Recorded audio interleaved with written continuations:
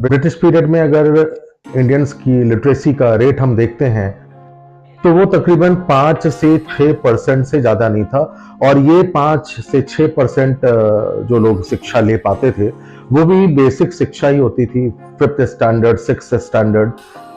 बहुत ज़्यादा किसी ने पढ़ाई कर ली तो 7th या 8th क्लास तक पढ़ाई कर लेता था।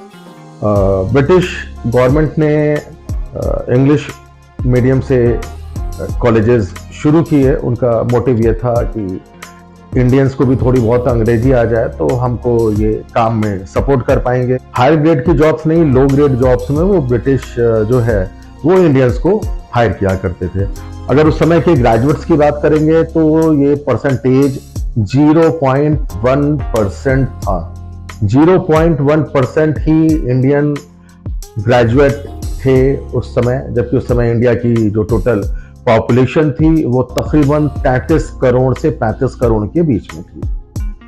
तो अगर देखा जाए तो उस समय किसी भी कैटेगरी का, किसी भी रिलीजन का बंदा हायर एजुकेशन नहीं ले पाता था। और ब्रिटिश ने इंडिया के ऊपर जब शासन किया, उन्होंने इंडिया को इस कदर इंडिया का दोहन किया कि जब वो इंडिया छोड़ के गए तो इंडिया में छोटे छोटे इलेक्ट्रिक इक्विपमेंट्स तक नहीं बनते थे। इस समय इंडिया की ये स्थिति थी जब ब्रिटिश इंडिया छोड़ के गए, यानी जब इंडिया आज़ाद हुआ, यानी हमको जब आज़ादी मिल गई।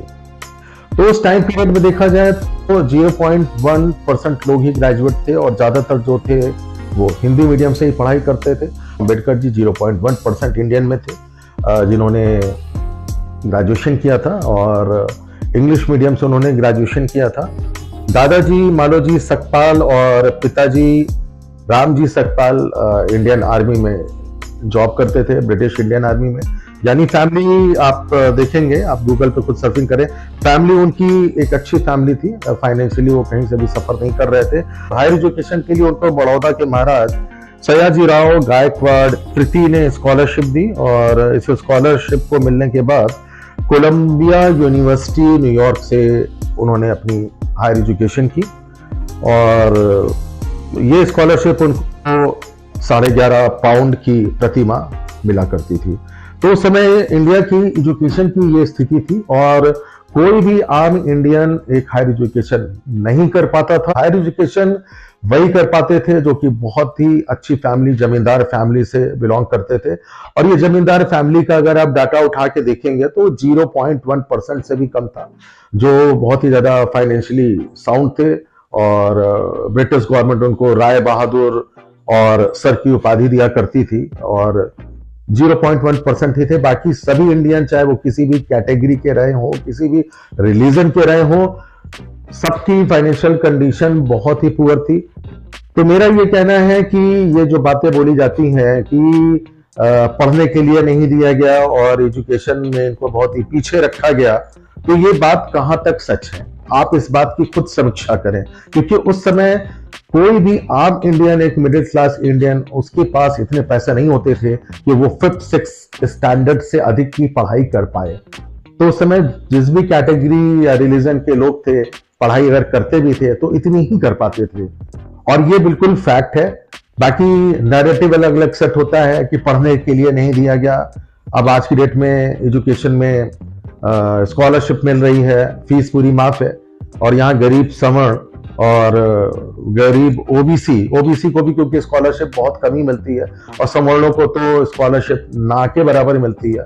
तो कहीं ना कहीं गवर्नमेंट अपने इस नैरेटिव से हटे और ये जो हमारे नेताजी लोग हैं वो इससे बाहर आए और आप लोग जागरूक हों, आप लोग सवाल उठाएं कि आप किस पीरियड की बात करते हैं।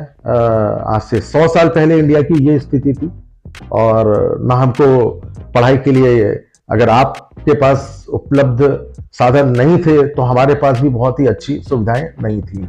0.1% की हम बात नहीं करेंगे कि उसमें 0.1% में जो लोग आया करते थे तो उसमें बाकी के सारे ये इंडियंस कोई नहीं थे, ये सारे सवर्ण या ओबीसी नहीं थे। तो आर्थिक स्थिति तो सबकी खराब थी, चाहे वो जनरल कैटेगरी का था या ओबीसी था या SC ST कैटेगरी का था। बहुत माइन्यूट सा ही डिफरेंस था लोगों में। 75 प्लस ईयर हो चुके हैं देश को आजाद होने के बाद, तो क्यों जनरल कैटेगरी के स्टूडेंट को कोई भी स्कॉलरशिप इस तरह की नहीं मिलती है, फीस माफ उनकी नहीं होती है जैसा कि SC ST को होती है, और काफी हद तक OBC को भी कुछ परसेंटेज में की जाती है।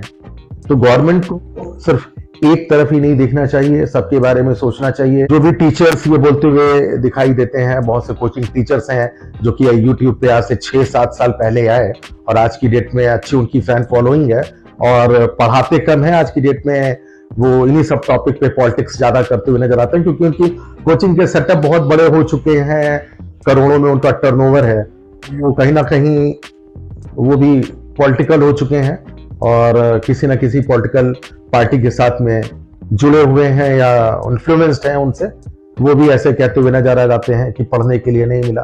तो भाई साहब मेरा पूछना है, आप वो डाटा लेके आओ ना, कब पढ़ने के लिए नहीं मिला, किसको नहीं मिला। ये मैं नहीं कह रहा, ये डाटा कह रहा है। आप 19th सेंचुरी इंडिया उठा के आप देखो क्या सिचुएशन थी इंडिया की एजुकेशन सिस्टम में, किस कैटेगरी के लोग कितनी पढ़ाई कर पाते थे। आप इस पे क्यों बात नहीं करते हैं? तो क्यों सिर्फ एक तरफ देखते हैं कि इन्हीं को SC ST को ही सिर्फ पूरी पूरी फीस में स्कॉलरशिप मिलनी चाहिए और अदर कैटेगरी में किसी को कोई स्कॉलरशिप नहीं मिलनी चाहिए? ये कैसा जस्टिस है?